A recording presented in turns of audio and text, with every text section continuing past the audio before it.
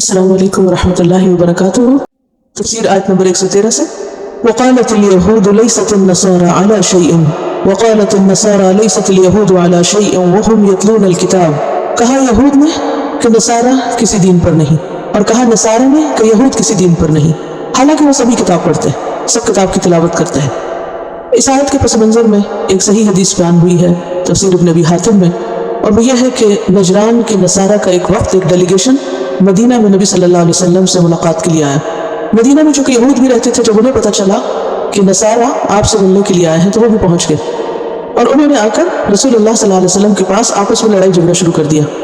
رافع بن حریملہ ایک شخص تھا، وہ کہنے لگا نصارہ کو مخاطب کر کے کہ تم راہ راست پر نہیں ہو، تم ہدایت پر نہیں ہو، تم گمراہ ہو، اور اس کے ساتھ اس نے حضرت عیسیٰ اور انجیل اور ان تمام چیزوں کا انکار کیا، تو کہا تمہارا کوئی دین نہیں۔ یہ سن کر نجرانی وفد جو تھا وہ غصے میں آیا، اور ان میں سے ایک شخص اٹھا اور اس نے کہا کہ یہود تم سیدھے راستے پہ نہیں ہو، اور اس نے کہا کہ ہم تمہارے نبی کو اور تمہاری کتاب کو نہیں مانتے۔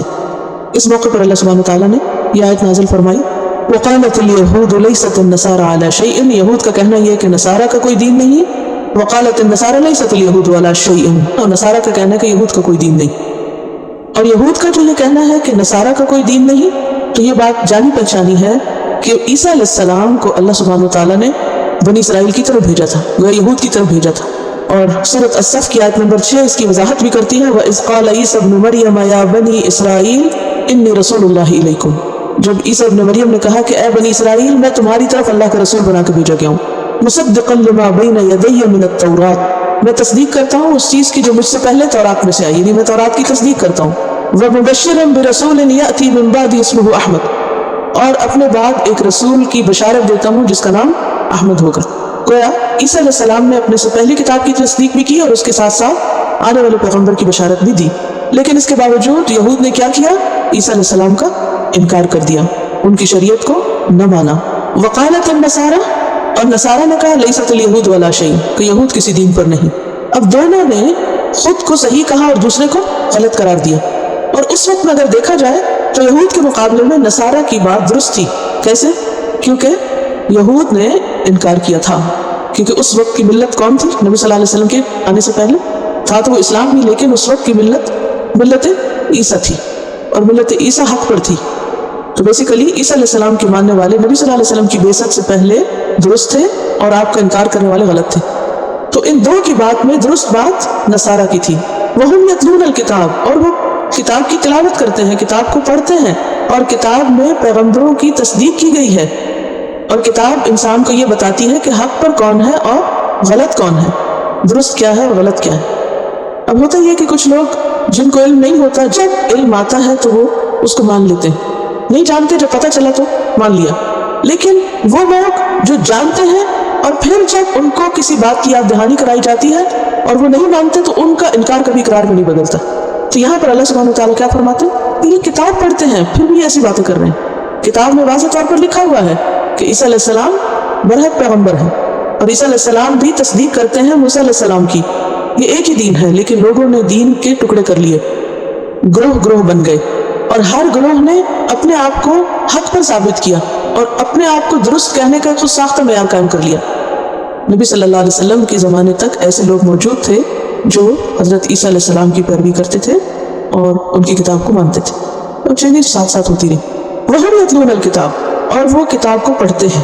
اچھا، یہ ایسا ہی ہے نا جیسے آج بھی ایک شخص ہوتا ہے جو بیچارہ لا علم ہوتا ہے، اس کو کچھ پتہ نہیں ہوتا، وہ اس کو جو سمجھ آتی ہے وہ کر لیتا ہے، اس کا غلط کرنا بھی غلط ہے، اس کو درست نہیں کہہ سکتے۔ یعنی ایک جاہل شخص جو ہے اگر وہ غلطی کرتا ہے تو وہ بھی غلطی ہی ہے، لیکن ایک شخص جب پڑھ لکھ کے غلطی کرتا ہے تو وہ غلطی زیادہ بڑی غلطی ہوتی ہے۔ اسی لیے عام طور پہ لوگ کہتے ہیں نا، دیکھو ذرا ان کو، یہ قرآن پڑھے ہوئے لوگ ہیں، وَهُمْ يَتْلُونَ الْكِتَابَ، یہ قرآن پڑھتے ہیں، یہ پڑھے لکھے لوگ ہیں۔ یعنی ان پڑھ غلط کام کرے تو وہ بھی برا ہے، کیونکہ غلطی کو درست تو نہیں کہا جا سکتا، لیکن جب پڑھے لکھے لوگ غلطی کریں تو زیادہ بڑی غلطی۔ اس لیے اللہ سبحانہ وتعالیٰ یہاں ان کی غلطی کی شدت کو اور محسوس کرا رہے ہیں۔ وَهُمْ يَتْلُونَ الْكِتَابَ، پڑھ لکھ کے انکار کر رہے ہیں، پڑھ لکھ کے ان کو سمجھ نہیں آتا کہ صحیح کیا اور غلط کیا، حق پر کون ہے اور ناحق کون ہے۔ پھر فرمایا كَذَلِكَ قَالَ الَّذِينَ لَا يَعْلَمُونَ مِثْلَ قَوْلِهِمْ، ایسی ہی باتیں کی تھی ان لوگوں نے جن کے پاس علم نہ تھا، جن کے پاس کتاب نہ تھی، کیونکہ کتاب سورس ہے علم کا۔ مثل قولہم، انہی کی طرح کی باتیں، گویا عالم جاہل سب برابر۔ جاننے والوں کا بھی طریقہ یہی رہا اور نہ جاننے والوں کا طریقہ بھی یہی ہے. وہ بھی ایسی باتیں کرتے رہے کہ ہر ایک خود کو حق پہ سمجھتا رہا اور باقی سب کو غلط. فاللہ یحکم بینہم یوم القیامہ. ایسے جھگڑے تو ہوتے رہیں گے. ان جھگڑوں کا فیصلہ دنیا میں نہیں ہو سکتا، وہ قیامت ہی کے دن ہوگا، اور وہ فیصلہ خود اللہ سبحانہ وتعالیٰ کرے گا. کس میں؟ فیما کانوا فیہ یختلفون. ان معاملات میں جن میں یہ اختلاف کرتے رہے وہ واضح کر کے کھول کے بتا دے گا کہ کون سچا تھا اور کون جھوٹا، کون حق پر تھا اور کون ناحق تھا. سورہ سبا 26 میں آتا ہے قل یجمع بیننا ربنا. کہہ دیجیے ہمارا رب ہمیں جمع کرے گا، یعنی قیامت کے دن. ثم یفتح بیننا. پھر ہمارے درمیان فیصلہ کرے گا بالحق، حق کے ساتھ. وہو الفتاح العلیم. اور وہ فیصلہ کرنے والا ہے، بہت جاننے والا ہے، یعنی اس کا فیصلہ درست ہوگا. تو اس آیت سے ہمیں یہ پتہ چلتا ہے کہ یہود و نصارہ میں بھی باہم جھگڑے اور عداوتیں رہی ہیں. یہ بھی باہم ایک دوسرے کے دشمن رہے. لیکن خاص طور پر یہ عداوت کب تھی؟ نبی صلی اللہ علیہ وسلم کی آمد سے پہلے. یہ اس وقت کی بات. جب آپ صلی اللہ علیہ وسلم دنیا میں تشریف لے آئے تو پھر کیا ہوا؟ ان کی باہمی عداوت زیادہ تر کس میں بدل گئی؟ دوستی میں بدل گئی. یعنی عداوت ولایت میں بدلی، لیکن کس کاز پر، کس چیز میں اکٹھے ہو؟ محمد صلی اللہ علیہ وسلم اور آپ کے دین کی مخالفت میں. اپنے مفادات کے لیے الگ الگ ہیں، لیکن جب ان کا مقابلہ اسلام سے ہوتا ہے تو وہ کیا بن جاتے ہیں؟ وہ ایک ہو جاتے ہیں. ان کے مفادات مشترک ہو جاتے ہیں. ویسے بھی سورۃ انفال میں اللہ سبحانہ وتعالیٰ نے واضح طور پہ بتا دیا. آیت 73 ہے والذین کفروا بعضهم اولیاء بعض. کیا معنی؟ وہ لوگ جنہوں نے انکار کیا، کفر کیا، وہ آپس میں ایک دوسرے کے دوست ہیں. وہ مسلمانوں کے دوست نہیں ہو سکتے. ان کی آپس میں دوستی تو ہو سکتی ہے لیکن مسلمانوں سے نہیں. اسی طرح سورۃ المائدہ میں آیت نمبر 51 میں فرمایا یا ایھا الذین آمنوا لا تتخذوا اليہود والنصارى اولیاء بعضهم اولیاء بعض. اے لوگوں جو ایمان لائے ہو، یہود و نصارہ کو دوست نہ بناؤ، کیونکہ وہ آپس میں ایک دوسرے کے دوست ہیں. ان کے آپس میں تو دوستی ہے لیکن تمہارے دوست نہیں ہو سکتے. لہٰذا مسلمانوں کو پھر کسے دوست بنانا چاہیے؟ ان کا دوست کون ہو؟ اللہ ولی الذین آمنوا. اس کے بعد انسانوں میں آپس میں اتحاد رکھنا چاہیے، ایک دوسرے کا مددگار بننا چاہیے، کیونکہ وہ تنہا ہیں، باقی سب ایک ہیں ان کی مخالفت میں، اور وہ کیا ہیں؟ اکیلے ہیں. لہٰذا انہیں آپس میں ایک دوسرے کا دوست ہونا چاہیے، اتفاق اور اتحاد سے رہنا چاہیے. والمؤمنون بعضهم اولیاء بعض. سورۃ التوبہ میں آتا ہے والمؤمنون والمؤمنات بعضهم اولیاء بعض. مومن مرد اور عورتیں ایک دوسرے کے مددگار ہیں. لیکن آج عملاً حال کیا ہے؟ پریکٹیکلی صورتحال کیا ہے؟ کیا واقعی مومن آپس میں ایک دوسرے کے مددگار ہیں؟ تو پھر ایسے لوگوں کا کیا حال ہوگا کہ جن کے مخالف بھی ان کے دوست نہیں اور جو آپس میں بھی ایک دوسرے کے دوست نہیں. اور نتیجہ کیا ہے؟ وہی جو ہم دیکھ رہے ہیں. اس وقت مسلمانوں کا جو زوال ہے اس کی بنیادی وجہ یہی ہے. کہیں چند لوگ اکٹھے ہو کے کام کرنے لگے، اکٹھے نہیں رہ سکتے. چاہے وہ مسجد ہو، اللہ کا گھر ہو، کوئی مدرسہ ہو، کوئی اسلامک سینٹر ہو، کہیں ہو. آج مسلمانوں کا حال یہ کہ دو لوگ اکٹھے نہیں چل پاتے. مسجدوں کے اندر جہاں اللہ کا نام لیا جاتا ہے وہاں ایک دوسرے کے دشمن اور ایک دوسرے کے لیے نفرت اور عداوت اور ضد اور حسد. کیا یہ اللہ کی رحمت سے دوری نہیں؟ اور اس کی بنیادی وجہ کیا ہے کہ دین کی روح کا علم نہیں. دین کا علم تو بہت ہو گیا لیکن دین کی روح نہیں، اسپرٹ نہیں، مقصد نہیں، آخرت کے معاملے میں سنجیدہ نہیں، اور ہر ایک دوسرے کو بلیم کرتا رہتا. یہ ایک عام رویہ، بلیمنگ ایٹیٹیوڈ. ہر وقت دوسروں کی غلطیاں نکالنا، وہ گمراہ ہے، وہ غلط ہے، اس کا قصور ہے، اور اپنے آپ کو پاک صاف قرار دینا. تو ہمیشہ دیکھنا ہی چاہیے اگر دو لوگوں میں انبن ہو رہی ہے تو اس کی بنیادی وجہ کیا ہے؟ صرف دوسرے کا نہیں، میرا بھی کچھ قصور ہو سکتا ہے، لیکن اپنی طرف کم ہی لوگوں کی نظر جاتی ہے.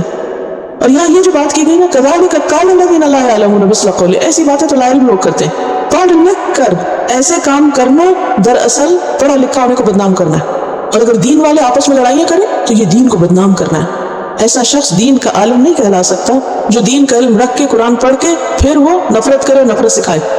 دین انسانوں کے درمیان آپس کی محبت پیدا کرتا ہے، اور حقیقی دین وہ ہوتا ہے کہ جس میں دل جڑے ہوئے ہوتے ہیں. دلوں کا پھٹے ہوئے ہونا تو عذاب کی قسم ہے، اللہ کی رحمت کی علامت نہیں ہوتی.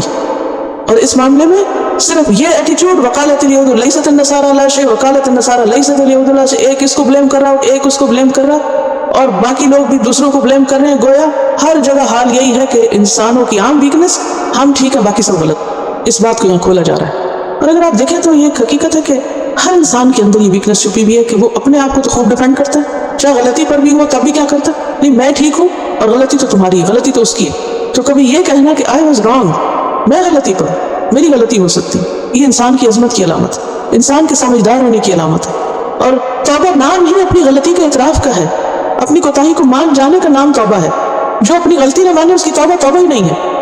انسان کے گناہوں کی معافی بھی جب ہوگی جب وہ مانے کہ میں گناہگار ہوں، لا الہ الا انت سبحانک انی کنت من الظالمین، یہ میری غلطی ہے۔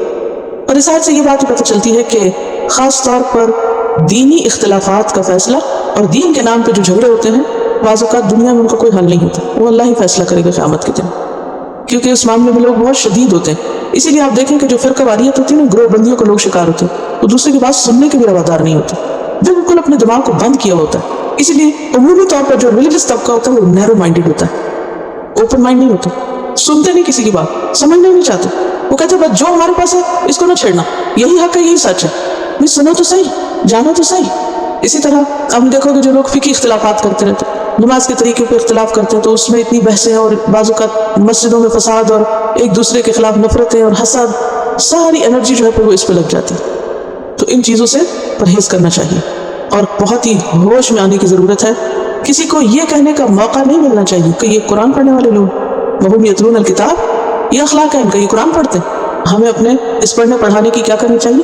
حفاظت کرنی چاہیے کہ اس کو ٹھیس نہ لگے۔ جیسے ایک بہت پیاری چیز ہوتی ہے نا، تو انسان کہتا ہے بس ٹھیک ہے جو بھی ہو اس کو نہیں کرے کوئی۔ کبھی آپ نے کوئی نازک سی چیز ہاتھ میں اٹھائی ہو تو آپ کس طرح چلتے ہیں؟ سنبھل کے کہ اس کو نہ کوئی چھیڑے، اس کو نہیں ہلانا۔ جب کہ نیو بورن بیبی ہوتا ہے ماں کس طرح حفاظت کرتی ہے، ہر چیز سے بچا کرتی ہے، اس کو نہیں ہاتھ لگے، اس کے اوپر نہ کوئی آ جائے، اس کو ٹھنڈ نہ لگے، گرمی نہ لگے، یہ نہ ہو جائے وہ نہ لگے۔ کیوں؟ کیونکہ اسے محبت ہوتی ہے اس چیز سے، تو اس پہ وہ آنچ نہیں آنے دیتی، ہر چیز سے پروٹیکٹ کرتی۔ تو اگر ہمیں واقعی کتاب سے محبت ہے، قرآن سے محبت ہے، تو پھر ہمیں اس پہ آنچ نہیں آنے دینی چاہیے۔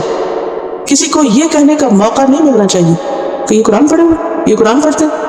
اور ایک اور بات یہ پتہ چلی یہاں سے کہ حق اور باطل کے درمیان فرق قرآن ہی کرتا ہے، کتاب سے پتہ چلتا ہے کہ کیا صحیح اور کیا غلط ہے۔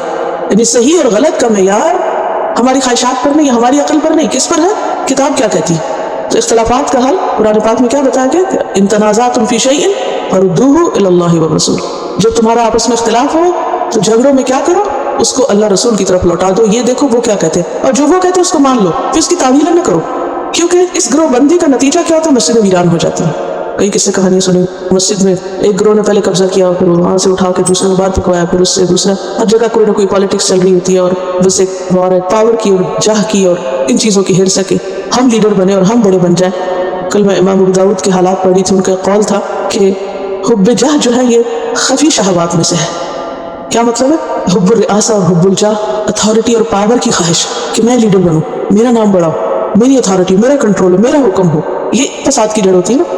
تو یہ ایک ایسی چیز ہے کہ جو انسان کے اندر چھپی ہوئی خواہشات ہیں ان میں سے ایک ہے کہ اس کو یہ بہت پسند ہوتا ہے کہ بس میری حکومت۔ آپ دیکھیں جتنے بھی جھگڑے ہیں، گھروں میں جھگڑے آپ دیکھیں، ساس بہو دونوں میں کیا جھگڑا ہوتا ہے؟ میری حکومت، میرا حکم چلے، میری مرضی چلے۔ مسجدوں میں دیکھ لیں، کہیں دیکھ لیں، ہر جگہ فساد اسی بنیاد پر۔ اور یہ بعض اوقات انسان منہ سے نہیں کہتا کہ میں بڑا بننا چاہتا ہوں، یہ وہ چیز ہے کہ جو اندر چھپی ہوتی ہے اور انڈائریکٹلی انسان اس چیز کو ظاہر کر رہا ہوتا ہے مختلف طریقوں سے۔ جب آپ کسی کی بات سننے کے روادار نہیں ہوتے، ماننے کے نہیں ہوتے، اپنی بنوانا چاہتے ہیں، تو یہ کس بات کا سائن ہے، کس چیز کا سمبل ہے؟ کہ آپ خود بڑا بننا چاہتے ہیں، صرف اپنی بنوانا چاہتے ہیں۔ اور اس کے نتیجے میں کیا ہوتا ہے؟ جب دین کے کام میں اور دین کے نام پہ یہ چیزیں شروع ہو جائیں تو مسجدیں اور مدرسے ویران ہو جاتے ہیں، اجڑ جاتے ہیں۔ اور ایسا کرنے والوں کو اللہ نے اظلم کا، سب سے بڑا ظالم، ومن اظلم، اور کون بڑا ظالم ہے، ممن، اس سے بڑھ کر جو منع کرے، روکے، مساجد اللہ، اللہ کی مسجدوں سے۔ گویا وہ شخص سب سے بڑا ظالم ہے جو لوگوں کو اللہ کی مسجدوں میں داخل ہونے سے روکے، مساجد اللہ سے۔ این کرفی حسبہ، کہ اس میں اس کا نام لیا جائے، یعنی مسجدوں میں اللہ کا نام لینے سے منع کرے، وسعی فی خرابہا، اور اس کی بربادی کی بھاگ دوڑ کرے۔ اس میں آپ دیکھتے ہیں کہ شروع دور سے ہی کچھ نہ کچھ واقعات ہمیں ملتے ہیں۔ مثلا نبی صلی اللہ علیہ وسلم کی بعثت سے پہلے ابرہہ کا واقعہ آپ سب نے پڑھا ہوگا، سورۃ الفیل کا ترجمہ اور کچھ نہ کچھ کہانی۔ اس نے کیا چاہا تھا؟ وہ کیا کرنے آیا تھا مکہ؟ کعبہ کو گرانے۔ الم تر کیف فعل ربک باصحاب الفیل الم یجعل کیدہم فی تدلیل، ان کی چال کیا تھی؟ ان کی چال کہ آ کے کعبہ کو گریں۔ کیوں؟ تاکہ لوگ یہاں نہ آئیں، یہاں نہ اللہ کا نام لیا جائے، اس کے برعکس ان کے کنیسہ میں جائیں۔ تو بھی ایک مذہبی عداوت تھی۔ اس کے بعد نبی صلی اللہ علیہ وسلم جب ہجرت کر کے تشریف لے گئے تو حدیبیہ کے سال جب آپ عمرے کے لیے تشریف لائے تھے تو آپ کو حرم میں داخل ہونے سے روک دیا گیا، اور یہ کس نے روکا تھا؟ قریش نے۔ اصحاب الفیل کا لیڈر کون تھا؟ ابرہہ۔ یہاں اب کون ہے روکنے والے؟ خود قریش۔ اس وقت قریش کے خلاف انویژن تھی، اب خود قریش روک رہے ہیں کس کو داخل ہونے سے؟ نبی صلی اللہ علیہ وسلم اور آپ کے ساتھیوں کو۔ اور اس کے علاوہ بھی تاریخ میں کئی واقعات ملتے ہیں. ٹیٹس نے بیت المقدس میں داخل ہو کے خرابیاں کی تھی، اسی طرح اور بھی وقتاً فوقتاً وہاں آگ لگائی گئی، توڑ پھوڑ کی گئی. اور آج دور تک ہم دیکھتے ہیں کہ مسجدوں کا حال کیا ہو رہا ہے، غیروں کے ہاتھوں بھی اور خود مسلمانوں کے ہاتھوں بھی. لیکن جو بھی کوئی اللہ کے گھر کو برباد کرے، اسے فساد کرے، اسے ویران کرے، اسے اجاڑے اور اسے اس کے اصل مقصد سے دور کرے، وہ اللہ کی نگاہ میں سب سے بڑا ظالم ہے. مسجد بنانے کا اصل مقصد کیا ہوتا ہے؟ ان یذکر فیہ اسمہ. اور اس کی دلیل کیا ہے؟ نبی صلی اللہ علیہ وسلم کے اسوہ حسنہ سے آپ سب کو وہ قصہ یاد ہوگا کہ مسجد نبی میں ایک دفعہ ایک بدو آ گیا تھا اور اس نے آ کے کیا کیا؟ پیشاب کرنا شروع کر دیا. آپ صلی اللہ علیہ وسلم کے صحابہ اس کو مارنے کے لیے بھاگے تو آپ نے روک دیا. جو کر رہا کرنے وہ کر چکا، تو آپ صلی اللہ علیہ وسلم اس کو پیار سے سمجھایا. آپ نے فرمایا، آپ کے الفاظ ہیں، ان هذه المساجد لا تصلح لشيء من هذا البول والقدر. یہ مسجدیں پیشاب اور گندگی وغیرہ کے لیے نہیں ہیں. انما هي لذکر اللہ. یہ مسجد کس لیے ہوتی ہے؟ اللہ کے ذکر کے لیے. والصلاۃ، اور نماز کے لیے. اور نماز بھی کیا ہے دراصل؟ اللہ کا ذکر.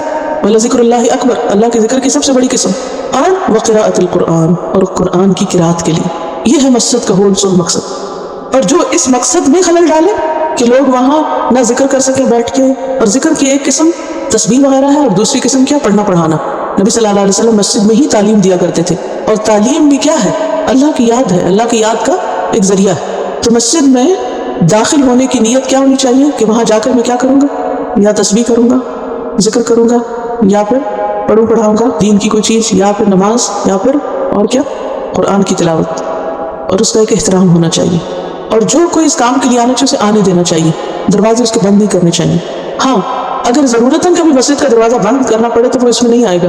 مثلاً کب بند کرنا پڑتا ہے؟ صفائی کے وقت، یا پینٹ وغیرہ کے لیے، یا کوئی رینوویشن ہو رہی ہو، اس وقت اس ایریا کو کارڈن کر دیا جاتا ہے. پھر اسی طرح کبھی رات کے وقت کوئی بھی نہیں آتا اور کھلا چھوڑ دیا جائے تو لوگ آ کے چیزیں چوری کر کے چلے جائیں گے، تو اسے لاک کرنا پڑے. وہ اس میں نہیں آتا. یہاں جس روکنے کی بات ہو رہی ہے وہ ہے لوگوں کو اللہ کے ذکر سے روکنا. اور خرابی اور اجاڑ کے لیے مسجد کو برباد کرنا اصل ظلم ہے. اور بربادی بھی دو طرح کی ہوتی ہے، ایک ہے حصی اور ایک ہے مانوی. حصی کا کیا مطلب ہے؟ یعنی فزیکل سینس میں، کہ وہاں پر کوڑا پھینک دیا جائے، اس کی صفائی کا خیال نہ رکھا جائے، بچوں کو ایسے چھوڑ دیا جائے، وہ ان کے نیپیز اور ان کے جو ڈائپرز ہیں ان کو ادھر ادھر چھوڑ دیا جائے، یا ٹیشو چھوڑ کے آ جائیں. یا کئی لوگ اعتکاف کرتے ہیں، کھانا کھاتے تو وہ کھانا پھینک دیا جائے. یا ویسے اگر صفائی کے لیے کوئی بھی اس کی کیئر نہ کرے، اس کی طرف توجہ نہ دے، یہ سب حصی خرابی، حصی فساد ہے. یعنی کوئی بھی چیز جو مسجد کی صفائی اور ستھرائی اور اس کی ظاہری جو حالت ہے اس میں بگاڑ کا سبب بنے تو وہ بھی خراب میں آتا ہے. اور دوسرا کیا؟ مانوی فساد کیا ہے؟ کہ اس میں اللہ کا نام نہ لیا جائے، کوئی نماز پڑھنے نہ آئے، یا کوئی آئے تو اس کو ایسی ڈانٹ ڈپٹ کی جائے کہ وہ دوبارہ نہ آئے، یا اس کو ایسا ٹانٹ کیا جائے. یا پھر یہ ہے کہ اس میں اللہ کے سوا اوروں کی بہت باتیں ہوں. کیونکہ بعض وقت کیا ہوتا ہے کہ مسجدوں میں نماز تو بالکل چھوٹی سی پڑھاتے ہیں اور باقی دنیا بھر کی پالیٹکس اس میں چلتی ہے، دنیا بھر کے قصے کہانیاں. نماز چھوٹی، خطبہ بہت لمبا، اور خطبے میں بھی اللہ رسول کا ذکر کم اور دنیا کی سیاست زیادہ. یہ لوگوں کے منفی جذبات کو بھڑکانا. اس سے کیا ہوتا ہے؟ کچھ لوگ فیڈ اپ ہوتے ہیں اور وہ خطبے میں جاتے ہی نہیں ہیں، وہ جاتے ہیں نماز کے وقت کہ ہم نہیں یہ باتیں سننا چاہتے. تو یہ ڈائریکٹلی اور انڈائریکٹلی سب چیزیں کیا ہو جاتی ہیں؟ اللہ کے گھر کو ویران کرنے کا باعث بن جاتی ہیں. پھر اسی طرح شاپنگ سے منع کیا گیا، مسجد کے اندر خرید و فروخت اس سے منع کیا گیا. ایسے فضول اعلان جس سے اصل ذکر جو ہے وہ متاثر ہو، اس سے بھی منع کیا گیا. کیونکہ ایک شخص نے اعلان کیا مسجد میں اس کی کوئی چیز گم ہوئی تھی، تو آپ نے فرمایا کہ اللہ تمہاری یہ چیز نہ لوٹائے، تمہیں ملے ہی نہ. یعنی مسجد کو کھیل نہیں بنا لیں چاہیے. مسجد کا منبر کا جو اسپیکر ہے اسے ادھر ادھر کی فالتو باتوں کے لیے استعمال نہیں کرنا چاہیے. اس کا مقصد کیا ہے کہ لوگوں کے ذہن میں اللہ کا ذکر یا ذکر سے متعلق جو کوئی چیز ہے کہ جس سے لوگوں کو فائدہ ہو اس چیز کے لیے استعمال ہو. اسی طرح لڑائی جھگڑا، آپس کی پالیٹکس، پھر مذہبی تعصب، گروہ بندی، فرقہ واریت، یا پھر شرکیہ کام، غیر اللہ کو پکارنا، یا پھر خطبے کے دوران گالی گلوچ کرنا یا کسی کے اوپر لام تان کرنا، یہ تمام چیزیں مانوی طور پر فساد اور خرابی کا ذریعہ بنتی ہیں. تو اس چیز سے منع کیا گیا ہے. مساجد کو جس مقصد کے لیے وہ بنی ہے اسی کے لیے استعمال کرنا چاہیے. ان کو اپنے ذاتی یا کوئی سیاسی مقاصد کے حاصل کرنے کا ذریعہ نہیں بنانا چاہیے، یا کوئی دنیا کمانے یا شہرت حاصل کرنے کا ذریعہ نہیں بنانا چاہیے. انہیں اللہ کے ذکر ہی کے لیے خاص رہنا چاہیے. اسی طرح بعض لوگوں کی عادت یہ ہوتی ہے کہ مسجد میں جگہ رکھ کے اور خود باہر نکل جاتے ہیں ادھر ادھر، اور دوسرے لوگ جاتے ہیں ان کو جگہ نہیں اندر ملتی. ہوتا ہے نا ایسے، یہ بھی منع ہے، یہ حرمت میں آتا ہے. ہاں اگر کوئی شخص بیٹھا ہوا ہے اور اٹھ کے ایک سیکنڈ کے لیے ادھر ادھر گیا تو وہ تو اپنی جگہ روک سکتا ہے، لیکن یہ نہیں کر سکتے کہ آپ جلدی آ جائیں اور آ کے تو آدھی لائن جو ہے اس میں چیزیں رکھ کے تو خود جا کے تو کچھ کھیل کود شروع کر دیں، اور جو پہلے آئے مسجد میں عبادت کے لیے بیٹھنا چاہے ان کو اگلی صف میں جگہ ہی نہ ملے. ایسا کرنا منع ہے، یہ بھی ذکر سے روکنا ہے۔ ہاں اگر کوئی مسجد کے اندر جگہ رکھ کے آگے پیچھے تو اس کو اجازت ہے، لیکن اس کو علماء نے حرام قرار دیا ہے کہ کوئی جگہ روک کے وہ باہر نکل جائے اور اپنے دنیا کے کام کاج کر کے پھر سب سے آخر میں اور لوگوں کی گردنیں پلانگتا وہاں جا بیٹھے آگے، یہ کرنا بھی غلط ہے، یہ ظلم کے کام ہے، ٹھیک ہے؟ اور کسی کا حق مارنا یہ بھی ظلم ہے۔ ومن ازلم، کون بڑا ظالم ہے، ممن منع مساجد اللہ، جو اللہ کی مسجدوں سے روکے کہ اس میں اللہ کا نام لیا جائے اور اس کی بربادی کے درپے ہو۔ اولئک، یہ لوگ، ما کان لہم، نہیں ہے ان کے لیے جائز، کیا، ان یدخلوہا، کہ وہ اس میں داخل ہوں، الا خائفین، مگر ڈرتے ہوئے۔ مسجد کے اندر کیسے داخل ہونا چاہیے؟ اللہ کے ڈر کے ساتھ، اللہ کا خوف دل میں ہو کہ میں اندر جا رہا ہوں، کہیں مجھ سے کوئی ایسا کام نہ ہو کہ جو اللہ کو پسند نہ آئے، یا یہ کہ میں ایسی نماز پڑھوں کہ وہ قبول ہو جائے، کہیں ایسا تو نہیں کہ میں عبادت کروں اور میری عبادت ریاکاری میں آ جائے، کیونکہ مسجد میں اگر کوئی زیادہ دیر بیٹھا رہے تو اس کے دل میں شیطان کیا ڈالنے لگتا ہے، تم تو بڑے نیک ہو، دیکھا سارے چلے گئے اور تم یہاں اکیلے بیٹھے عبادت کر رہے ہو، نفل پڑھ رہے ہو، دیکھا آج تو کسی نے سنتیں پڑھی نہیں، صرف تم ہی ہو جو سنتیں پڑھ رہے ہو اور نفل بھی پڑھ رہے ہو۔ تو اگر اس کو ایسا کرتے دیکھ لے تو خوش ہونے لگے، نہیں، اللہ سے ڈرنا چاہیے کہ کہیں عبادت ضائع نہ ہو جائے۔ اولئک ما کان لہم ان یدخلوہا الا خائفین لہم فی الدنیا خزی، ان کے لیے دنیا میں بھی رسوائی ہے، ڈسگریس ہے، یہ ان کے اپنے ہاتھوں کی کمائی ہے۔ ولہم فی الآخرۃ عذاب عظیم، اور ان کے لیے آخرت میں بھی بہت بڑا عذاب ہے۔ تو گویا مسجدوں کو نقصان دینے والوں کے لیے دوہری سزا ہے، دنیا کی بھی اور آخرت کی بھی۔ سورۃ انفال میں آتا ہے وما لہم الا یعذبہم اللہ وہم یصدون عن المسجد الحرام، اور اللہ ان کو عذاب کیوں نہ دے حالانکہ وہ مسجد حرام سے روکتے ہیں۔ تو وجہ کوئی بھی ہو، لیکن اصل چیز ہے نتیجہ، کہ ہمارے کس کام سے نتیجہ کیا نکل رہا ہے، مسجد آباد ہو رہی ہے یا ویران ہو رہی ہے، مسجد اپنا مقصد پورا کر رہی ہے یا نہیں پورا کر رہی۔ کوئی بھی مسجد ہو، کسی بھی مسجد کے متولی ہوں یا وہاں جانے والے ہوں، تو وہ صرف کسی امام یا کسی خاص شخص کے اوپر منحصر نہیں ہوتا، پوری کمیونٹی مسجد کو یا آباد کرتی ہے یا ویران کرتی ہے۔ آباد کرتی ہے جا کر اس کا خیال رکھ کے اس میں اصل مقصد پورا کر کے، یا ویران کرتی ہے کہ وہاں جا کے کوئی صدارت یا کرسی یا کوئی عہدہ لینے کے لیے یا کوئی خاص مقاصد پورا کرنے کے لیے، نام شہرت کمانے کے لیے۔ تو اس چیز کی طرف توجہ دینے کی ضرورت ہے۔ ایک اور چیز جو اس آیت سے انڈائریکٹلی پتہ چلتی ہے کہ گناہوں کے بھی درجے ہیں، کوئی ظالم ہوتا ہے کوئی اظلم ہوتا ہے، نیک کام کرنے کے بھی درجے ہوتے ہیں، کوئی کم درجے کا فضیلت والا ہوتا ہے، کوئی اس سے زیادہ کوئی اس سے زیادہ۔ وَلِكُلٍّ دَرَجَاتٌ مِّمَّا عَمِلُوا، انسان جیسا عمل کرتا ہے ویسے ہی اس کو درجہ ملتا ہے، خواہ گناہ کا کام یا کوئی نیکی کا کام۔ چونکہ ہمارے پاس وقت کم ہے، ورنہ یہ ہے کہ مسجد کے جو آداب ہیں ان کو ہم سب کو پڑھنا چاہیے۔ آداب زندگی یہ کتابیں یہاں بھی شاید اویلیبل ہو، گھر میں اگر رکھی ہو کہیں لے کے پہلے کی تو اسے جا کے کھولیں، مسجد کے آداب پر چیپٹر کو پڑھیں۔ منہاج المسلم ایک کتاب ہے، اس میں بھی ہوگا، یا کسی اور کتاب سے جو آپ کے پاس اویلیبل ہو، کیونکہ یہاں خاص طور پر خواتین کو بھی مسجد جانے کی ضرورت رہتی ہے۔ کہیں جانے سے پہلے اس کے ادب آداب اور مینرز پتہ ہونے چاہیے، کہیں ایسا نہ ہو کہ ہم جائیں اور نیکی کمانے کی بجائے الٹا گناہ کما کے وہاں سے نکلیں۔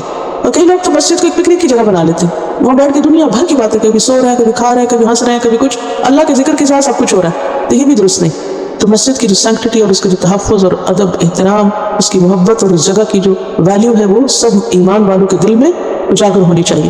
اور اس میں چھوٹی چھوٹی چیزیں ہیں کہ کیا کھا کے جاؤ، کیا نہ کھاؤ، وہاں کیسے بیٹھو، کیا کرو، ان سب کی تفصیل جو ہے وہ آپ پڑھ لیجئے۔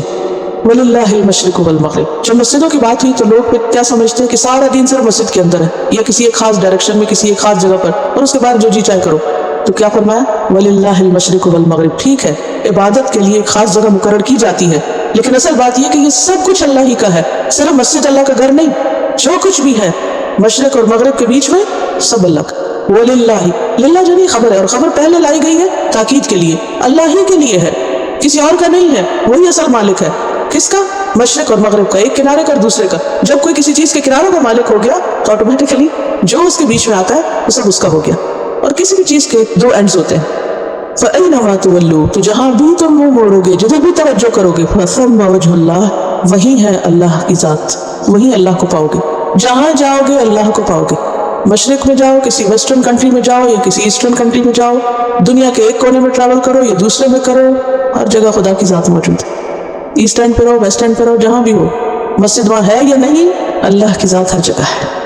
اور اس کے بارے میں یہ کہا جاتا ہے کہ مدینہ میں جب آپ صلی اللہ علیہ وسلم تشریف لائے تو شروع میں آپ کو حکم دیا گیا کہ آپ بیت المقدس کی طرف منہ کریں، کیونکہ مدینہ میں یہود رہتے تھے اور ان کے ساتھ ایک ہم آہنگی کے لیے ابتدا میں انہی کے قبلے کو فالو کرنے کا حکم دیا گیا۔ پھر کچھ عرصے کے بعد آپ کا قبلہ بدل دیا گیا۔ اس پر یہود جو تھے وہ ناراض ہو گئے اور آپ کی نبوت پہ شک کرنے لگے، مانتے تو خیر پہلے بھی نہیں تھے لیکن معاملات اور خراب ہوئے۔ تو اس پر کیا کہا گیا؟ وَلِلَّهِ الْمَشْرِقُ وَالْمَغْرِبُ، ساری جہتیں یعنی پہلا ترجمہ میں نے وجہ کا کیا کیا، اللہ کی ذات، اور دوسرا کیا کیا، ڈائریکشن، کہ اللہ کسی ایک ڈائریکشن میں نہیں ملتا کہ تم بس مشرق کی طرف منہ کرو گے تو وہیں اللہ ہے، اور عبادت کے لیے بس ادھر ہی رخ کرو، اور دوسری طرف کرو گے قبلہ تبدیل ہو جائے گا تو وہاں پر اللہ کی ذات تمہیں نہیں ملے گی۔ اللہ کی عبادت کے لیے جو اللہ حکم دے، بیت المقدس کی طرف منہ کرو تو ادھر کر لو، اور حکم دے کہ تم خانہ کعبہ کی طرف منہ کرو تو ادھر منہ کر لو۔ اصل بات یہ ہے اللہ کا حکم ماننا۔ ان اللہ واسع علیم، بے شک اللہ وسعت والا ہے، بہت علم والا ہے۔ وسعت والا کس چیز میں؟ اپنے علم میں، اور جتنی بھی اللہ کی صفات ہے ساری صفات میں، اس کی صفات بہت وسیع ہے، اپنے علم میں، اپنی قدرت میں، سمع میں، بصر میں، وہ 99 نیمز ہے نا، بلکہ اس سے بھی زیادہ، صرف 99 ہی نہیں ہے۔ تو ان ساری صفات میں اللہ بہت وسیع ہے، بہت بڑا۔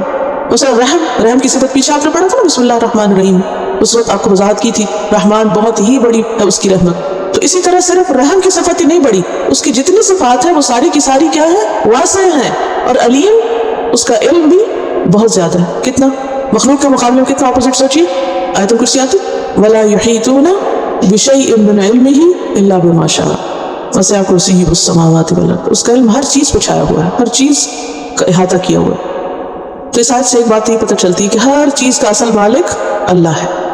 دوسری بات یہ کہ انسان اگر اپنی کوشش کر کے قبلے کا تعین کر لیتا، بعض اوقات ایسا تھا نا، آپ کسی ایسی جگہ جاتے ہیں جہاں آپ کے پاس کمپس بھی نہیں، آپ کو پتہ نہیں چلتا ادھر قبلہ یا ادھر، کبھی مال میں آپ کو نماز پڑھنی پڑے، یا کہیں پکنک میں کسی پارک میں گئے ہو تو آپ نے سوچا کہ سورج کے اندازے سے پڑھو، اور سورج بادل آ گئے، اب آپ کو نہیں سمجھ آ رہی کہ قبلہ کدھر ہے، اور آپ کو یاد بھی نہیں رہا سورج جدھر سے نکلا تھا ادھر۔ اب آپ اپنے اندازے کے مطابق پوری کوشش کر کے، جو آس پاس لوگ ہیں پوچھ کے ایک تعین میں نماز شروع کرتے ہیں، تو بھلے آپ غلط ڈائریکشن پر ہی کیوں نہ ہو، آپ کی نماز ہو جاتی۔ کوشش شرط ہے، لیکن فَأَيْنَمَا تُوَلُّوا فَثَمَّ وَجْهُ اللَّهِ، لیکن اس کا یہ مطلب ہرگز نہیں کہ آپ قبلے کا دھیان ہی نہ کریں اور جدھر مرضی، اور آپ یہ آج صرف اتنی پکڑ لیں جدھر بھی منہ کرو اللہ ہے، لہٰذا آج گھر کی سیٹنگ جو ہے میں یوں بدلنے لگی ہوں تو ادھر رخ کرنا مشکل ہے تو ادھر بھی ہو جائے گی نماز، نہیں، ایسے نہیں ہے۔ اور پھر ایک اور اہم بات یہ کہ اللہ کا علم بہت وسیع، ہر چیز جانتا ہے۔ دیکھیے ہمارا علم کیا، بس ظاہری چیزوں کا، معمولی، لیکن اللہ ان اللہ لا يخفى عليه شيء في الارض ولا في السماء، اللہ پہ آسمان اور زمین کی کوئی چیز چھپی ہوئی نہیں، عالم الغیب والشہادہ، حتیٰ کہ یعلم خائنۃ الاعین، نگاہ کی خیانت جانتا ہے، وما تخفی الصدور، جو دل چھپائے وہ بھی جانتا ہے، وَلَقَدْ خَلَقْنَا الْإِنسَانَ وَنَعْلَمُ مَا تُوَسْوِسُ بِهِ نَفْسُهُ، ہم نے انسان کو پیدا کیا اور اس کے دل میں جو خیال اٹھتے ان کو بھی ہم جانتے ہیں۔ کسی اور کا علم ایسا ہے کہ وہ کسی کے دل میں اٹھنے والے خیال کو جانے؟ نہیں، صرف اللہ ہی جانتا ہے۔ تو یہ ہے اس کے علم کی وسعت۔ ان عظیم صفات کے باوجود لوگوں کا حال دیکھیں، ان کا ظلم دیکھیں، وَقَالُوا اتَّخَذَ اللَّهُ وَلَدًا، کہتے ہیں کہ اللہ نے بیٹا بنا لیا، اللہ نے اولاد بنا لی۔ اب یہ کون ہے کہنے والے؟ اس میں یہود و نصارہ بھی ہیں، مشرکین عرب بھی۔ قرآن مجید میں آتا ہے وَقَالَتِ الْيَهُودُ عُزَيْرٌ ابْنُ اللَّهِ، یہود نے کہا عزیر اللہ کے بیٹے، وَقَالَتِ النَّصَارَى الْمَسِيحُ ابْنُ اللَّهِ، مسیح اللہ کے بیٹے۔ اور یہ اہل مکہ کیا کہتے تھے؟ ملائکہ اللہ کی بیٹیاں، اور یہ سب باتیں جھوٹ ہے۔ وَقَالُوا اتَّخَذَ اللَّهُ وَلَدًا، سبحانہ، پاک ہے وہ، ہر عیب سے پاک ہے۔ وہ جو مالک ہے آسمان و زمین کا، وہ اپنے مملوک کو بیٹا کیسے بنائے گا، بچہ کیسے بنائے گا؟ ایک ہوتا مالک، اونر، اور ایک ہوتا مملوک، یعنی جس چیز کا مالک ہے۔ مثلا آپ اس ڈبے کی مالک اور آپ کو یہ میرا بیٹا۔ انسان جس چیز کا مالک ہوتا ہے اس کی اولاد تھوڑی بن جاتی۔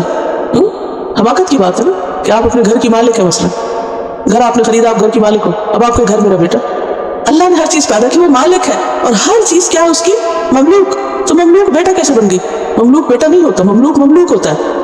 وَقَالُوا اتَّخَذَ اللَّهُ وَلَدًا سُبْحَانَهُ بَل لَّهُ مَا فِي السَّمَاوَاتِ وَالْأَرْضِ، بلکہ اسی کے لیے ہے جو آسمان و زمین میں ہے، ہر چیز کا وہ مالک ہے۔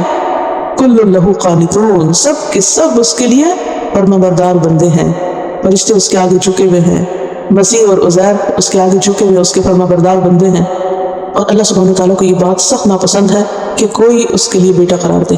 حدیث میں آتا ہے، بخاری کی حدیث ہے، اللہ تعالیٰ فرماتے ہیں، حدیث قدسی اس کو کہتے ہیں، کذبنی ابن آدم، ابن آدم نے مجھے جھٹلایا، ولم یکن لہ ذلک، اور اس کو جائز نہ تھا کہ وہ ایسا کرے، وشتمنی، اور اس نے مجھے گالی دی، انسان نے، آدم کے بچے نے مجھے گالی دی، اللہ سبحانہ وتعالیٰ اپنے بارے میں فرما رہے ہیں، ولم یکن لہ ذلک، اور اس کو زیبہ نہ تھا، اس کو جائز نہ تھا کہ وہ ایسا کرتا، فاما تکذیبہ ایایا، جہاں تک اس کا مجھے جھٹلانا ہے، فقولہ، تو اس کا کہنا ہے، لن یعیدنی کما بدانی، کہ اللہ مجھے دوبارہ پیدا نہیں کرے گا جیسے اس نے پہلی بار پیدا کیا۔ یہ ہے جھٹلانا۔ ولیس اول الخلق باہون علی من اعادتہ، حالانکہ دوسری دفعہ پیدا کرنا پہلی دفعہ پیدا کرنے سے کچھ زیادہ مشکل نہیں، آسان ہے۔ واما شتمہ ایایا، اور اس کا گالی دینا کیا ہے، فقولہ اتخذ اللہ ولدا، یہ جو قول ہے نا کہ اللہ نے بیٹا بنا لیا، یہ اللہ سبحانہ تعالیٰ اپنے لیے کیا سمجھتے ہیں کہ اس کے لیے کیا ہے؟ یہ گالی ہے، سخت ناپسند ہے اللہ تعالیٰ کو اپنے لیے. یہ انسان ہے جو خوش ہوتے ہیں کہ چلو فلاں کا بیٹا اس کو مبارک دے کر آؤ. اللہ کا معاملہ اس سے مختلف ہے. وَأَنَا الْأَحَدُ الصَّمَدُ لَمْ أَلِدْ وَلَمْ أُولَدْ، حالانکہ میں کیا ہوں؟ احد الصمد، بے نیاز. میں نے نہ کسی کو جنم دیا، نہ میں کسی سے جنم دیا گیا. وَلَمْ يَكُنْ لِي كُفُوًا أَحَدٌ، اور میرا کوئی شریک بھی نہیں. تو پھر سبق اس سے کیا نکلتا ہے؟ اللہ ایک ہے، کوئی اس کی اولاد نہیں. قُلْ هُوَ اللَّهُ أَحَدٌ اللَّهُ الصَّمَدُ لَمْ يَلِدْ وَلَمْ يُولَدْ وَلَمْ يَكُنْ لَهُ كُفُوًا أَحَدٌ. بدیع السماوات والارض، نئے سرے سے آسمان و زمین کا پیدا کرنے والا ہے، اوریجنیٹر ہے آسمان اور زمین کا. جب کوئی چیز پہلے تھی ہی نہیں، کوئی نمونہ نہیں تھا. اچھا آپ دیکھیے دنیا میں انسان جو کچھ بناتے ہیں، بڑے بڑے آرٹسٹ اور پینٹرز اور معلوم نہیں جو بڑا نام کماتے ہیں اور بہت شہرت پاتے ہیں، وہ جو کچھ بناتے ہیں وہ آئیڈیاز کہاں سے لیتے ہیں؟ کبھی آپ کسی شاعر سے پوچھیں، کسی رائٹر سے پوچھیں، کسی آرٹسٹ سے پوچھیں کہ ان کا جو بہت کریٹو جس کو نام دیا سو کالڈ کریٹو کام، اس کا آئیڈیا کہاں سے انہوں نے لیا؟ کیا کہتے ہیں؟ نیچر سے. سب نقلیں مارتے ہیں، سب چراتے ہیں وہاں سے، اور پھر خود کو کریٹو کہتے ہیں، انوینٹر کہتے ہیں، اور معلوم نہیں کیا کیا.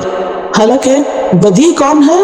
جو نمونے کے بغیر، کسی سے آئیڈیا لیے بغیر کوئی چیز بنائے، صرف اس کا اپنا، کچھ تھا ہی نہیں اس سے پہلے، تو وہ کہاں سے آئیڈیا لیتے؟ اس نے کسی سے کچھ نہیں دیکھا، نہ کسی سے جانا نہ سیکھا، خود بنایا آسمانوں اور زمین کو. تو جس نے یہ سب کچھ بنایا اس کو بیٹے کی کیا ضرورت ہے؟ وَإِذَا قَضَىٰ أَمْرًا، جب وہ کسی کام کا فیصلہ کر لیتا ہے، فَإِنَّمَا يَقُولُ لَهُ كُن، تو وہ کہتا ہے ہو جا، فَيَكُونُ، تو ہو جاتا ہے. یہ کیوں کہا؟ اس لیے کہ انسانوں کو اپنے کاموں میں مدد کے لیے بیٹے چاہیے ہوتے ہیں کہ ہم بوڑھے ہو جائیں گے تو کوئی ہمارا سنبھالنے والا ہو، کام میں کوئی ہیلپر ہو. اور خاص طور پر جس زمانے میں مین پاور ان کو بہت چاہیے تھا، اب تو مشینوں نے جگہ لے لی نا، بہت ساری چیزوں میں آپ کو کسی کی ضرورت نہیں. یہاں پر خاص طور پر لائف سٹائل کس طرح کہ آپ کو ہر کام مشینیں کر دیتی، لہٰذا آپ کسی سے مدد لینا پسند نہیں کرتے، انڈیپینڈنٹ اور اپنی آزادی کے ساتھ جینا چاہتے ہیں. لیکن پہلے زمانے میں کیا ہوتا تھا کہ ہر کام کے لیے انسانوں کی ضرورت، تبھی لوگ ایک دوسرے کے قریب رہتے تھے. اب کوئی ایک دوسرے کو پوچھتا بھی نہیں، ضرورت ہی نہیں کسی کی، ہر کوئی انڈیپینڈنٹ.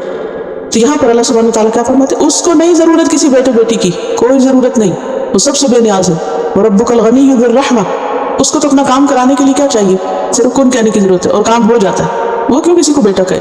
دلیل کہہ دیتے ہیں چونکہ عیسیٰ علیہ السلام کو باپ نہیں تھا، لہٰذا ان کے باپ نعوذ باللہ اللہ ہے.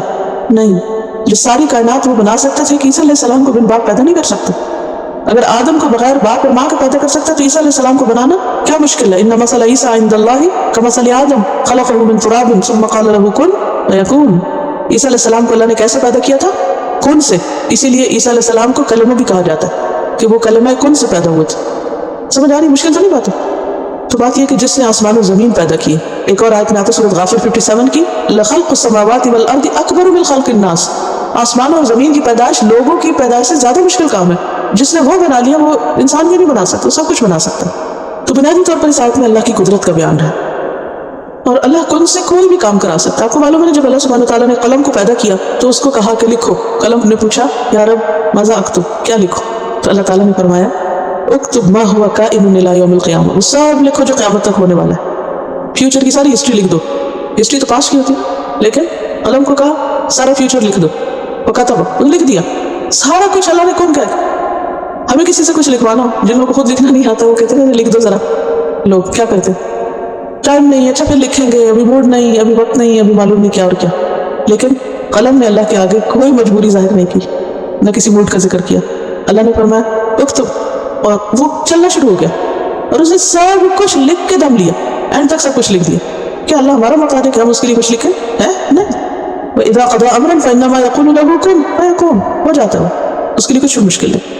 فَكَتَبَ مَا هُوَ كَائِنٌ إِلَىٰ يَوْمِ الْقِيَامَةِ وَقَالَ الَّذِينَ لَا يَعْلَمُونَ، اور کہا ان لوگوں نے جو علم نہیں رکھتے.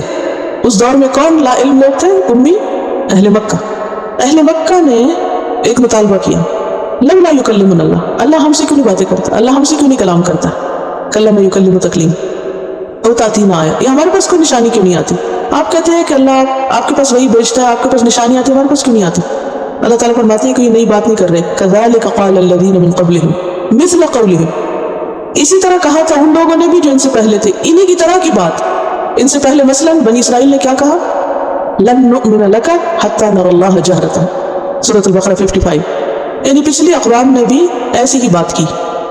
بات یہ ہے کہ وہ کیوں یہ مطالبہ کر رہے تھے کہ اللہ ہم سے کلام کرے؟ کیونکہ نبی صلی اللہ علیہ وسلم نے نبوت کا دعویٰ کیا تھا. تو وہ آپ کی نبوت کی تصدیق چاہتے تھے. کس سے کنفرم کرنا چاہتے تھے؟ براہ راست اللہ تعالیٰ سے، کہ ہم خود بات کر کے پوچھیں گے کہ واقعی یہ محمد اللہ کے رسول ہیں. ایسا ہوتا نا کہ جب کوئی آ کے آپ کو کچھ کہتا تھا، آپ کہتے ہیں مجھے یقین نہیں، میں ذرا خود کنفرم کروں گا. انسانوں سے کنفرم کرنا، تصدیق کرنا کرے بھلا، لیکن کسی کا یہ کہنا انتہائی سرکشی کی بات ہے. آپ ہیں کون جو اللہ آپ سے بات کرے؟ یا پھر یہ ہے کہ رسول کے پاس کیوں معجزات ہیں، ہمارے پاس کیوں نہیں تھے، ہمارے پاس خود آئے، ہم دیکھنا چاہتے ہیں. اور اس کی بہت زبردست تفصیل سورۃ بنی اسرائیل میں بہت ڈیٹیل کے ساتھ اللہ تعالیٰ ان کی بات بیان کرتے ہیں. وَقَالُوا لَن نُؤْمِنَ لَكَ، کہا انہوں نے کہ ہم نہیں تیری بات مانیں گے. حَتَّى تَفْجُرَ لَنَا مِنَ الْأَرْضِ يَنبُوعًا أَوْ تَكُونَ لَكَ جَنَّةٌ مِّن نَخِيلٍ وَعِنَبٍ فَتُفَجِّرَ الْأَنْهَارَ خِلَالَهَا تَفْجِيرًا أَوْ تُسْقِطَ السَّمَاءَ كَمَا زَعَمْتَ عَلَيْنَا كِسَفًا أَوْ تَأْتِيَ بِاللَّهِ وَالْمَلَائِكَةِ قَبِيلًا أَوْ يَكُونَ لَكَ بَيْتٌ مِّن زُخْرُفٍ أَوْ تَرْقَىٰ فِي السَّمَاءِ وَلَن نُّؤْمِنَ لِرُقِيِّكَ حَتَّىٰ تُنَزِّلَ عَلَيْنَا كِتَابًا نَّقْرَأُهُ قُلْ سُبْحَانَ رَبِّي هَلْ كُنتُ إِلَّا بَشَرًا رَّسُولًا. انہوں نے کہا ہم تیری بات نہ مانیں گے جب تک کہ تمہارے لیے زمین کو پھاڑ کے ایک چشمہ نہ جاری کرے، کیونکہ مکہ میں مشکل تھا، ممکن نہیں تھا. یا تیرے لیے کھجوروں اور انگوروں کا ایک باغ پیدا ہو تو اس میں نہریں رواں ہوں، یا آسمان کو ٹکڑے ٹکڑے کر کے ہمارے اوپر گرا دے جیسا کہ تیرا دعویٰ ہے، یا خدا اور فرشتوں کو روح دبرو ہمارے سامنے لیا، یا تیرے لیے سونے کا ایک گھر بن جائے، یا تو آسمان پہ چڑھ جائے. اور تیرے چڑھنے کو بھی ہم یقین نہ کریں گے جب تک کہ تمہارے اوپر ایک ایسی تحریر نہ اتار لے جسے ہم خود پڑھیں. حالانکہ پڑھنا لکھنا نہیں آتا. اے نبی صلی اللہ علیہ وسلم ان سے کہو پاک ہے میرا رب، کیا میں ایک پیغام لانے والے انسان کے سوا کچھ اور بھی ہوں؟ یہ سب باتیں اپنے تک رکھو، میرا کام صرف میسج کنوے کرنا ہے. تو یہ ایروگنس کی علامت ہے، یہ کر دو وہ کر دو، پر یہ بھی نہیں مانیں گے وہ اپنی کی بات کو جھٹلانا، اور یہ سب فضول کی بحثیں ہر دور کے عوام اپنے پیغمبر سے کرتے رہے. تو اللہ سبحانہ وتعالیٰ نبی صلی اللہ علیہ وسلم کو تسلی دیتے ہیں کہ یہ پہلی دفعہ آپ کے ساتھ نہیں ہو رہا. اچھا بالکل اسی طرح ہوتا ہے نا کہ جیسے آپ کسی کو اللہ کی کوئی بات بتاتے ہیں تو وہ آپ سے مطالبے شروع کرتے ہیں، prove this prove that prove that. جب تک یہ سارا پروو نہیں ہوگا تو ہم نہیں مانیں گے، جو پروو کر لے تو کوئی اور بات لے آتے ہیں، چونکہ ماننا تو ہے نہیں انہیں. تو اسی چیز کی طرف یہاں ذکر ہے. وقال الذین لا یعلمون، ہے خود لا علم لیکن باتیں اتنی بڑی بڑی، اور یہ جاہلوں کا ہی کام ہوتا ہے ایسا کرنا. لولا یکلمنا اللہ او تأتینا آیہ کذلک قال الذین من قبلہم مثل قولہم. اسی طرح ہر دور کے لوگوں کا ایک ہی ری ایکشن ہوتا ہے، چاہے وہ ماڈرن ورلڈ میں ہو یا کوئی پرانی دنیا میں، ہر دور میں ایک ہی بات. کیا وجہ؟ ایک جیسی باتیں کون کرتے ہیں؟ تشابہت قلوبہم، ان کے دل آپس میں ملتے جلتے ہیں، اس لیے اعمال میں مشابہت ہے. تو اس سے کیا پتہ چلتا ہے کہ باتوں میں اور اعمال میں ریزمبلنس کم ہوتی ہے مختلف لوگوں کے. دو لوگ ایک جیسی باتیں کب کرتے ہیں، دو لوگ ایک جیسے کام کب کرتے ہیں؟ جب ان کے دل ایک جیسے ہوتے ہیں، they think alike. اور بعض اوقات ایک ہی وقت میں دو اکٹھے بول رہے ہوتے ہیں کیونکہ وہ ایک ہی ویو لینتھ پہ جا رہے ہوتے ہیں، ایک ہی جیسے کام کر رہے ہوتے ہیں. تشابہت قلوبہم، تو اصل چیز ہے دلوں کا ایک ہونا.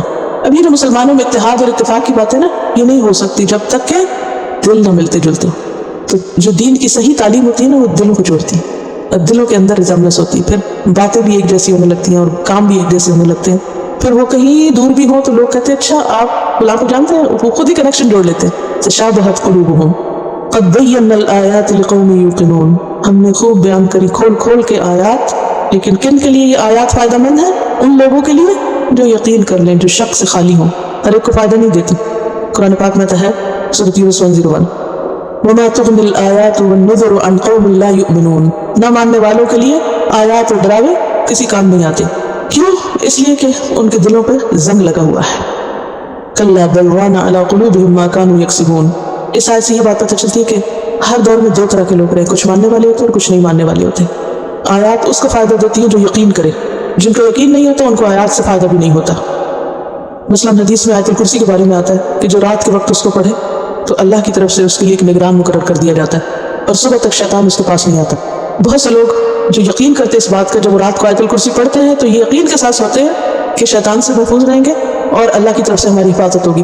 لیکن جن لوگوں کو اس بات کا یقین نہیں، ان کے لیے یہ بات کوئی حقیقت نہیں رکھتی اور ان کو فائدہ بھی نہیں ہوتا. یہ جو یقین کی کیفیت ہوتی ہے نا، اس سے بہت سی چیزیں آسان ہو جاتی ہیں. جب آپ کسی کے اوپر ٹرسٹ کرتے ہیں اور اس کی بات کو یقین کے ساتھ سنتے ہیں تو آپ کا عمل بدل جاتا ہے. لیکن اگر آپ شک کی نگاہ سے دیکھتے رہیں دوسرے کو تو کیا ہوتا ہے؟ جب آپ ڈاؤٹ فل ہوتے ہیں کسی کے بارے میں تو اس کی بات اثر نہیں کرتی. تو جو ٹرسٹ کا ہونا ہے یہ بہت ضروری ہوتا ہے.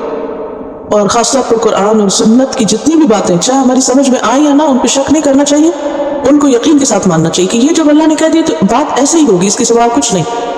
یعنی آیت کا جو آخری حصہ نا بہت اہم ہے. قد بینا الآیات، اللہ نے آیات تو سب کے لیے بیان کی ہے نہیں، لیکن فائدہ کس کو ہوتا ہے؟ لقوم یوقنون، یقین کرنے والے لوگوں کو. اس لیے آپ دیکھیں کہ بہت سے لوگ پڑھتے ہیں قرآن، لیکن ہر ایک پہ قرآن مختلف طرح سے اثر کرتا ہے. کس پہ کتنا کرتا ہے، کس لیول کے اوپر؟ جتنا اس کا یقین ہوتا ہے، یقین زیادہ ہو تو زیادہ. والذین اہتدوا زادہم ہدی، سورۃ التوبہ میں آتا ہے 124 میں، فاما الذین آمنوا فزادہم ایمانا وہم یستبشرون. جن لوگوں کا ایمان ہوتا ہے جب کوئی آیات نازل ہوتی ہیں تو ان کا ایمان اور بڑھ جاتا ہے اور وہ خوش ہونے لگتے ہیں. آیات دو طرح کی تھی، قولی اور شرعی. کائنات میں بھی نشانیاں ان کو بھی دیکھ کے اور خود قرآن پڑھ کر بھی. جن لوگوں کو اللہ کی ذات پر اور اس کی صدق پر یقین ہے ان کے دل کھل جاتے ہیں، ان کے ایمان میں اضافہ ہوتا ہے، وہ قرآن پڑھ کر کچھ لے کے اٹھتے ہیں. اور جن کو یقین نہیں ہوتا وہ جیسے آتے ہیں ویسے ہی چلے جاتے ہیں. تو اصل بات یقین کی ہے. اور ایک اور بات یہ ہے کہ جو اس آیت سے پتہ چلتی ہے کہ دلوں کی مشابہت اصل مشابہت ہوتی ہے اور وہ انسان کے اعمال میں جھلکتی ہے. اور ایک اور اہم بات یہ کہ ہمارے اقوال اور افعال ہمارے دلوں کے تابع ہوتے ہیں. اقوال اور افعال کس کے تابع ہوتے ہیں؟ دل کے. اور خاص طور پر خواتین کے تابع ہوتے ہیں. کچھ پکانا ہو، کچھ کھانا ہو، ہر چیز میں کس کی مرضی چلتی ہے؟ دل کی. یہ دل چاہ رہا ہے، یہ دل نہیں چاہ رہا. کتنا زیادہ ہم دل کی بات کرتے ہیں. جیسے آپ کے ساتھی ہوگے ویسے آپ کی مشابہت ہو جائے گی. اور آپ کسی کے ساتھی بنتے اس وقت جب آپ کی کامن انٹرسٹ ہو، تو کامن انٹرسٹ ہی مشابہت قلوب ہے دراصل. لیکن اہم بات کیا ہے سیکھنے کی کہ ہمارے اقوال، باتیں اور اعمال کس کے تابع ہوتے ہیں؟ دل کی. لہٰذا اصل جس چیز کی صفائی کی ضرورت ہے وہ کیا ہے؟ دل. دلوں پہ کام کرنے کی ضرورت ہے. ہم نے پڑھا نا کہ قرآن پاک کس پہ نازل ہوا تھا؟ آپ صلی اللہ علیہ وسلم کے قلب مبارک پر، آپ کے دل پر. حضرت عائشہ آپ صلی اللہ علیہ وسلم کے بارے میں کیا فرماتی ہے کہ وہ کیا تھے؟ چلتا پھرتا قرآن تھا. تو گویا جو ان کے دل پر تھا وہ ان کے عمل اور ان کے ظاہر میں بھی آ گیا. تو جب کوئی چیز دل پہ لگ جاتی ہے تو یہ ہو نہیں سکتا کہ پھر عمل میں نہ آئے. عمل خود بخود بدلنے لگتا ہے. انا ارسلناک بالحق بشیرا ونذیرا، بے شک ہم نے آپ کو بھیجا ہے حق کے ساتھ. کس کو؟ محمد صلی اللہ علیہ وسلم کو بھیجا ہے حق کے ساتھ، یعنی ہدایت کے ساتھ. بشیرا ونذیرا، دو کام دے کر، دو صفات آپ کی بیان ہوئی. اچھی خبر دینے کے لیے بھی اور ڈرانے کے لیے بھی. اچھی خبر کس کے لیے؟ جو اچھا کرے. اور ڈرائے کس کو؟ جو برا کرے.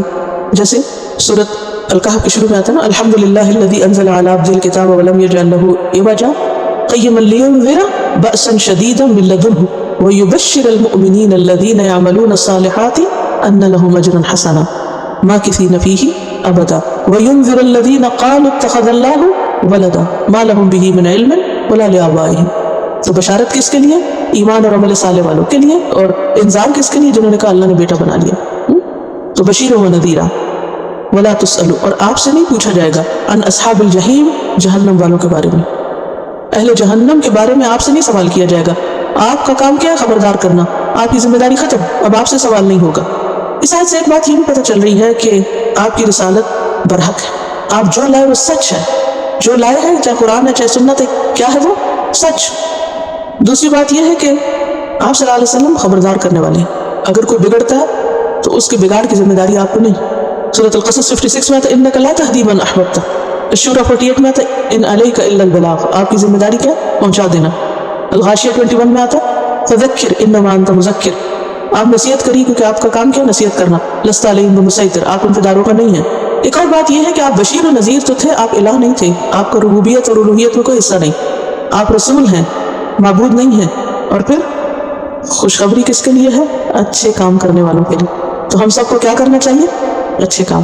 اچھا کام کون سا ہے؟ جس کو کر کے دل میں اطمینان اور خوشی آئے. حدیث میں آتا ہے مسند احمد، من سرته حسنته وساءته سیئته فذلک المؤمن. جس شخص کا اچھا کام اس کو خوش کرے اور برا کام اس کو برا لگے وہی مومن. تو ایمان کی علامت کیا ہے؟ کہ جب آپ نیکی کریں تو آپ کا دل خوش ہو، اور جب برا کریں تو آپ کے اندر تکلیف ہو، آپ کو اپنی غلطی خود نظر آ جائے. یہ ایمان ہے. اور جب اچھائی کی توفیق ہو تو کیا کریں؟ شکر ادا کریں. حدیث میں آتا ہے، بخاری کی حدیث ہے، یا عبادی انما ہی اعمالکم، اے میرے بندو یہ تمہارے اعمال ہی ہیں، احصیھا لکم، جنہیں میں گن گن کے رکھ رہا ہوں تمہارے لیے.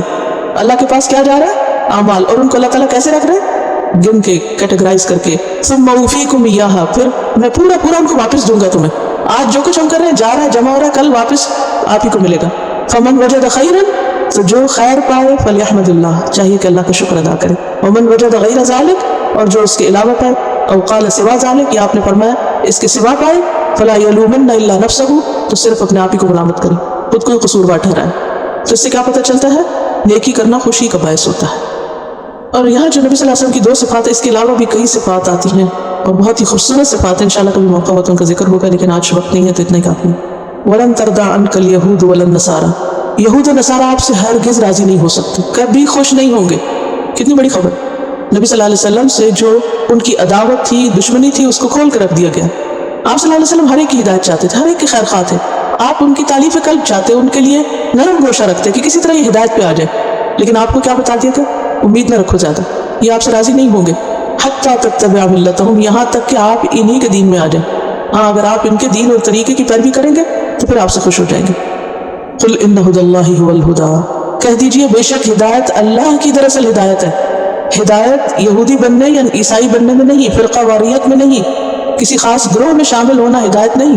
ہدایت کیا ہے؟ جو اللہ کی ہدایت ہے.